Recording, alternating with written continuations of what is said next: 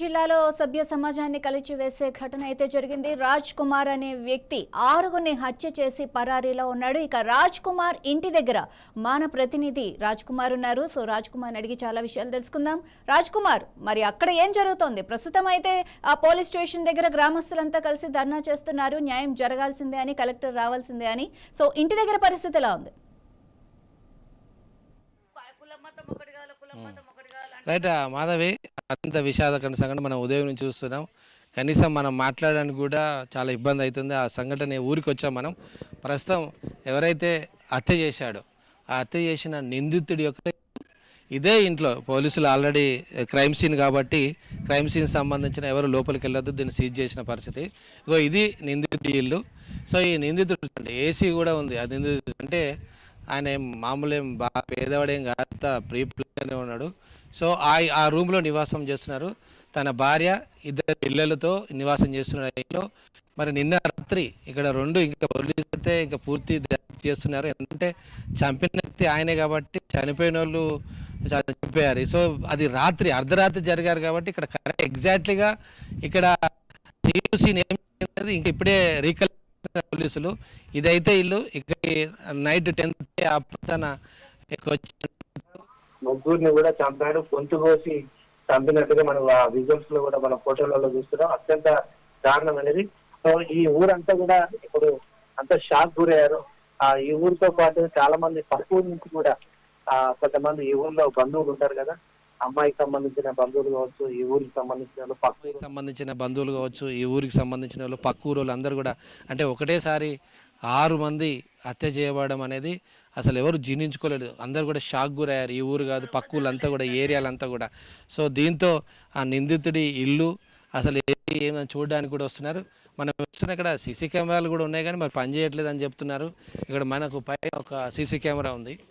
అంటే దాదాపు ఆల్రెడీ ఇక్కడ కొంత అవగాహన ఉన్న ఊరే, మరి అంత కాదు, కానీ ఇది పనిచేయట్లేదు అంటున్నారు. సో పోలీసు అయితే ఎక్కడెక్కడ సీసీ కెమెరాలు ఉన్నాయి ఈ గ్రామంలో, గ్రామ పంచాయతీ తరపున ఏమైనా ఉన్నాయా, లేకపోతే కొన్ని ఫంక్షన్ హాల్స్ ఉన్నాయి, కొన్ని గుళ్ళు ఉన్నాయి, ఇక్కడ కొన్ని ఉన్నాయి. వాటి దగ్గర కూడా సీసీ సంబంధించిన ఫుటేజ్ వెతుకుతున్నారు. సో ఇదైతే నిందితుడి యొక్క ఇల్లు. ఇదే ఊళ్ళో ఇప్పుడు ఎవరైతే తన భార్య ఉందో వాళ్ళ తల్లి అంటే నిందితుడి యొక్క అత్తగారి ఇల్లు కూడా ఇదే, కొంచెం ఒక 100 అడుగుల దూరంలో ఉంటుంది. అక్కడికి కూడా మనం మరికొద్ది సేపట్లో వెళ్దాం. ఆడ కూడా వాళ్ళందరూ చాలా ఏడుస్తున్నారు. ఎవరైతే ఆమె చంపాడో అంటే నిందితుడి యొక్క అత్తమ్మ వాళ్ళ ఇల్లు కూడా దగ్గరలే. సో వాళ్ళు కూడా మనవడు తన కూతురు కూడా చనిపోవడంతో వాళ్ళు కూడా దుఃఖ సాగరంలో మునిగిపోయారు. రాత్రే ఇక్కడికి వచ్చి అంటే ఈ హత్య చేయడానికంటే కొంచెం ముందు, ఒక అర్ధగంట ముందు ఆమె ఒక ఫామ్ హౌస్లో పనిచేస్తుంది. అక్కడ ఏదో పార్టీ జరిగితే, బర్త్డే పార్టీ జరిగితే అక్కడ కేకు ఇచ్చారట. ఆ కేకును 2 పిల్లలకు కూడా తీసుకొచ్చి తినిపించిందట. సో తినిపించిన తర్వాత ఆ కేక్ అంతా కూడా వాళ్ళ అమ్మమ్మకు మొత్తం ఇదంతా పూసి, అంటే ఆమె ఏడుస్తూ ఉంది. సో కేక్ తినిపించి ఆమె వెళ్ళిపోయిన తర్వాత కొద్దిసేపటికే ఈ సంఘటన జరిగింది. సో ఎవరు కూడా ఊహించలేదు ఈ రాత్రి జరిగిన సంఘటన. ఊరంతా కూడా షాక్ అవుతున్నారు. ప్రస్తుతం మనమైతే ఇంటి దగ్గర ఉన్నాం. కొంతమంది ఈ సంఘటన తెలిసిన తర్వాత పక్కూరోళ్ళు, ఈ ఊరోళ్ళు కాదు వీళ్ళు, కానీ వీళ్ళకి సంబంధించిన రిలేషన్ బాధపడి ఈ సంఘటన స్థలాన్ని చూడడానికి వచ్చారు. అమ్మ మీది ఏ ఊరమ్మా? మాది ఎలివెర్తి. ఏమి సమాచారం వచ్చింది మీకు? ఎట్లా చంపారట, ఏంటంటే ఏమైనా గొడవలు ఉన్నాయా వీళ్ళకి, ఏంటి? మాకు తెలియదు సార్, మాకు తెలియదు. పెళ్ళయింది కానీ మా చుట్టపురాలు చెల్లె బిడ్డే కదా చనిపోయిందని వరకు తెలిసి చూద్దామని వచ్చినాం. ఇంత దర్చిందంటే 3 పిల్లల్ని చంపిండు, భార్యని చంపిన వరకు చూద్దామని వచ్చినాం. ఇప్పుడు ఇల్లు ఉందేమో ఎక్కడెక్కడ కొట్టిండు అని వచ్చే వరకు సిల్లు ఉంది, బయటనే ఉన్నాం. అదే ఎట్లా మరి ఎప్పుడైనా జరిగిందా మీ అనుభవం? ఎవ్వరు మేము జీవితంలో చూడలేము. వాని కూడా ఆ పిల్లలతో పాటు వాని కూడా ఉరిశిక్ష అన్న చేయాలి, నరకేయాలి. వాడు కూడా పోతే ఈ ఫ్యామిలీకి సంబంధించిన బాధ తప్పిపోతుంది. ఇప్పుడు వీళ్ళు చచ్చిపోయి రామున్నది అనుకో, వీళ్ళు ఉంటే వాళ్ళ తల్లికి బాధ. వీని కూడా చంపేయాలి, ఎక్కడ దొరికినా వాని కూడా చంపేయాలి. ఇప్పుడు ఏమన్నా తాగుబోతు అలవాట్లు ఉన్నాయంటే మరి ఎట్లా ఇచ్చారు అబ్బాయిని పిల్లలకు? చేసుకున్నారంటే మాకు తెలియదు. అది మేము వేరే ఊరు, మాది వేరే ఊరు, మాకు తెలియదు. ఇక్కడ వాళ్ళకి చదువుకుందట కదా? చదువు బాగానే చదివింది. అమ్మాయి బంధువులంగానే వాళ్ళు ప్రేమించి పెళ్లి చేసుకున్నారు. మేము రాలే మా పెళ్ళిళ్ళల్లో. ఇక పోలీస్ స్టేషన్లో జరుగుతాయి కదా సార్, మనమేం వస్తాం. ఈ రోజు పొద్దున తెలిసింది. ఇదే ఊరు. ఆ పిల్లకు మేనత్తని, నేను. నాకు బాధ కదా బిడ్డ. ఇక నాది ఇదంతా పోలీస్ స్టేషన్ ఉండనే పెళ్ళి అయింది. ఎప్పుడు తెలిసిందమ్మా? తెల్లారినాక తెలిసింది నాకు. నేను వండుకున్నా. ఈ రాత్రి 12 గంటలకు చంపిండట వాడు. చంపితే అందరూ వచ్చిర్రట. నేను తెల్లారినాక మా వాడు అమ్మ గిట్లా సరిత కొడుకుని చంపిండట అమ్మ అని మా వాడు నన్ను చెప్పిండు. లేచిపోయినాయి. మరి పిల్లలు చంపుతుంటే ఎవరైనా ఏడవడం కానీ చుట్టుపక్కల ఎవరు చూడలేదా అమ్మ? అరవడం కానీ ఊరు కదా ఇది? ఊరి ఎవరు అర్థంగా చూడలేదంట, ఎవరు చూడలేదంట. అందరిని అడిగిన నేను, అందరిని అడిగిన. మాకు పండుకున్నాము. కళ్ళు కూడా తాగుతాం కదా బిడ్డ. కళ్ళు తాగి నిద్ర వస్తుంది, పండుకున్నాం. ఇక గంతే. ఆ పిల్ల బయటికి కూడా వెళ్ళదు. గిన్నె కూర్చుంటాం, బయటికన్నా వెళ్తుంది చూస్తామంటే వెళ్ళదు. ఎట్లుండేటోడు మరి? అది దేని సాగలు దాన్ని ఉంచుకున్నాడంట. లంచం నుంచి ఈ పిల్లల ప్రాణం, తల్లి ప్రాణం పోయింది. ఇప్పుడు తీర్మానం ఎట్లా చేస్తారో సార్ మీరు? ఆ తీర్మానం మీరు చేయాలి. అంతా మీరే, మీ చేతుల్లో ఉంది అంతా. ఇది మరి చాలా అత్యంత దారుణం. ఇక్కడ బంధువులతో ఉన్నారు, చుట్టుపక్కల ఊళ్ళో అందరూ కూడా వస్తున్నారు. ఎందుకంటే ఈ నిందితుడి ఇల్లు కావచ్చు, నా అత్తగారు కూడా ఇక్కడే ఉంది కాబట్టి వాళ్ళ ఇంటికి కూడా మరికొద్ది సేపట్లో మళ్ళీ అక్కడి నుంచి నేను మీకు సమాచారం అందిస్తాను. సో ఇది ఇంటి దగ్గర విషయం.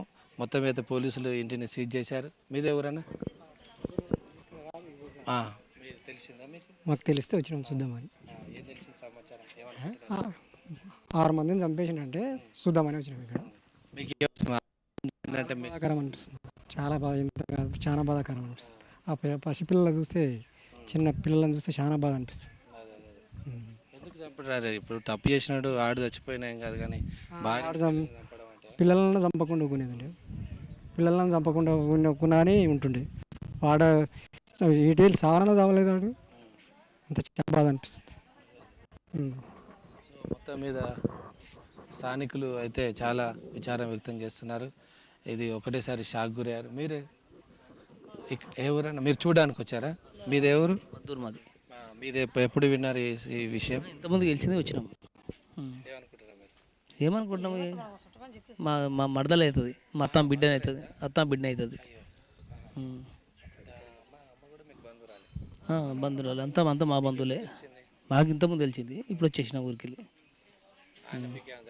పరిచయం లేదు మాకు పరిచయం తెలియదు మాకు అసలు. ఇంత క్రిమినల్ మైండ్, క్రూయల్ మైండ్ వానికి ఎట్లా అమ్మాయిని మరి బాగా చదువుకుందట? మరదలు ఏం చదువుకుంటాం? ఆ టీచర్ చదివింది, చేసింది. ఒక ఈయనని ప్రేమించి పెళ్లి చేసుకుంది. ఈ ఊరే కదా ఇద్దరిది? ప్రేమించి పెళ్లి చేసుకుంది. ఈ ఊరే. ప్రేమించినప్పుడు తల్లిదండ్రులు ఏమైనా అబ్జెక్షన్ చేశారా? మరి ఏమన్నా ఏం చేయలేరు, అబ్జెక్షన్ ఏం చేయలేరు. మంచిగా ఊరు చేసారు. మరి ఇప్పుడు ఆ అమ్మాయి మధ్యలోకి వచ్చింది కదా సీన్. వచ్చి మనకు గెలవు సార్, మనకు గెలవదు అసలు. ఇప్పుడు వస్తే ఇక్కడ మా అత్తమ్మ దాకా వచ్చి మారుతాం, సొంతం మా మేనత కూతురే.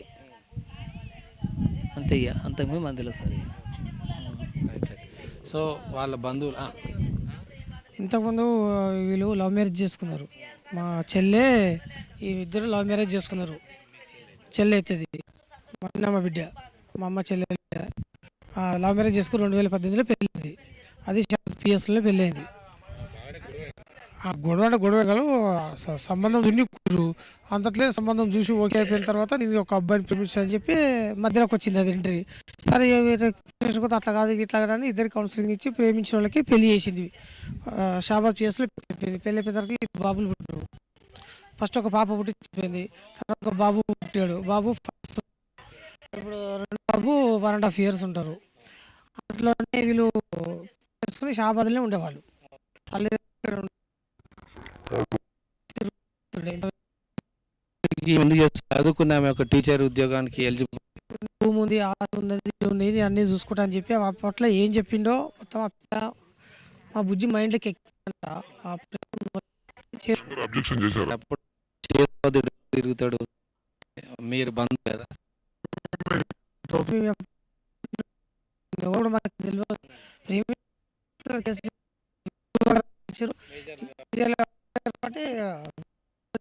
పెళ్లి చేసారు, పిల్లలు ఇచ్చారు, అంతా అన్యోన్యంగా మధ్యలో ఇంకో